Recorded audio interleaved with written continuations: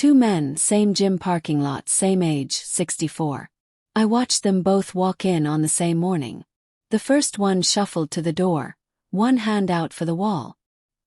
He lowered into a chair like it might collapse under him. "Just getting by these days," he said. The second walked in like the building belonged to him. Sat down in one motion. Shook my hand hard enough that I felt it. "Best shape of my life," he said. "Just getting started." Same age, same zip code, probably the same doctor. The gap between them wasn't luck, and it wasn't genetics. Came down to 7 specific things one of them was still doing, and the other had quietly stopped years ago. Most men are told, directly or indirectly, that past 60 decline is just the deal now, that the only job left is managing the slide gracefully. I don't buy that, and after years coaching men through this exact decade, I've watched too many prove it wrong. So here's what we're doing. 7 honest checkpoints. Be straight with yourself as we go. Not to judge where you are, but because knowing exactly where you stand is the only way to protect what you've got or rebuild what slipped. And here's the one thing I need you to hold on to before we start. Every marker on this list is trainable. Not trainable if you're lucky. Trainable at 60. At 70. 80. None of it is fixed unless you decide it is. This isn't about chasing the body you had at 30. It's about noticing which of these 7 things you've quietly let slide, because almost nobody loses all 7 at once. Usually 1 or 2 go first, and the rest follow because they were never really separate to begin with. Let's go. Can you get up off the floor without using your hands? Not rolling to your side. Not pushing off a chair. Sit down on the floor right now if you're able, and stand back up using only your legs. If you can do that without a wobble, you're already outperforming a large share of men your age. Researchers tracking thousands of adults found that this single movement tracks closely with how long people tend to live. Not how far you can run, but how well your legs, hips, core, and balance still work together as one system. If you struggle, don't spiral. Start sitting on the floor on purpose every day. Get up however you can at first. Use a hand, use a wall, it doesn't matter yet. Your body remembers this pattern faster than you'd expect. I had a client, mid-60s, who couldn't get off his own living room floor without crawling to the couch. Not because he was frail. He just quietly stopped asking his hips and knees to do that job. 12 weeks of practicing that one movement, and he was doing it clean, no hands. What changed wasn't his age. It was the demand he placed on his own body.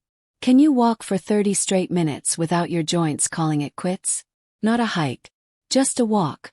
No bench stops, no breathlessness that forces you to pull over. If you can do 30 minutes and feel fine after, your cardiovascular system and your joints are still cooperating the way they're supposed to. This one matters because walking is the foundation under everything else. It's what lets you travel and move through your own life without doing math on distance first. I've talked to guys who quietly stopped walking because a knee complained a little. A few years of sitting later, that same knee could barely make it to the mailbox. Joints don't weaken mainly from use. They weaken mainly from disuse. The very thing that feels like protecting a cranky knee is often what makes it crankier a year later. If 30 minutes feels far off, start at 10. 2 minutes a week. The body adapts faster than most people give it credit for. Do you wake up most mornings actually wanting something? Not every single morning, most mornings. Project. A person you're looking forward to seeing. A problem worth chewing on. This is the one people don't expect on a list like this, but a flat, purposeless morning does real damage over time. When that pull disappears, energy drops and the body starts following the mind's lead. When there's something to move toward, the whole system gets the signal to keep going. If you've lost that, start absurdly small. One thing this week. Book. All. Project you've been putting off. Wanting is a muscle. It atrophies quietly without much warning until it's mostly gone. I've noticed this rarely disappears from one big event. It's retirement without a plan for what fills the space. It's the last kid moving out and nobody talking about what's next. The fix isn't a grand reinvention. It's one deliberate thing on the calendar you'd actually miss if it got cancelled. Quick pattern break. Drop a comment with a city you're watching from. I read every one. Back to it. Can you carry 2 full grocery bags up a flight of stairs without your arms shaking or your back tightening up for the next 3 days? Grip strength is one of the most studied markers in aging research, linked across large studies to cardiovascular risk and overall longevity. In my experience, the men with a strong handshake are almost always the ones still driving themselves, still doing for others instead of needing things done for them. If your grip has faded, a cheap hand gripper or a rolled towel for 2 minutes a day is enough to start moving the needle, often within a few weeks. What most people don't realize is that grip isn't really about the hands. It's downstream of the forearm, shoulder, and upper back. A weak grip is often the first visible sign of a posterior chain gone quiet, long before it shows up anywhere else. Can you recall the name of someone you met exactly once, a week ago, without a hint? If yes, the part of your brain responsible for forming new memories is still doing its job well. Most men treat memory fog as a given past a certain age. It usually isn't a life sentence, it's a signal. Sleep, blood flow, and mental stimulation drive this more than age does on its own. The cheapest fix is also the most effective one. Move daily, protect your sleep, and have a real conversation instead of just being in the room. The brain stays adaptable well past 60. It responds to what you actually ask of it. One thing that surprises people: multitasking is quietly brutal here. Half listening while scrolling trains your brain to encode everything shallowly. So when you go to recall a name, the missing piece is usually attention, not memory itself.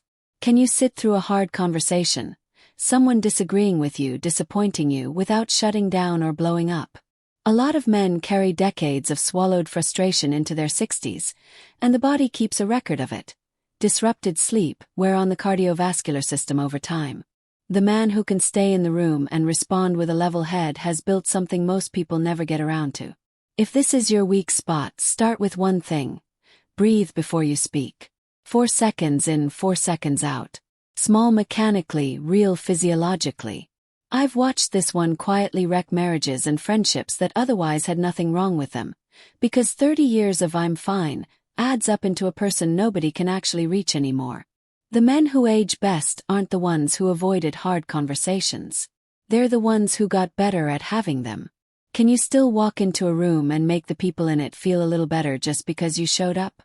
Not by performing, not by being the loudest voice at dinner, just by being genuinely, calmly there.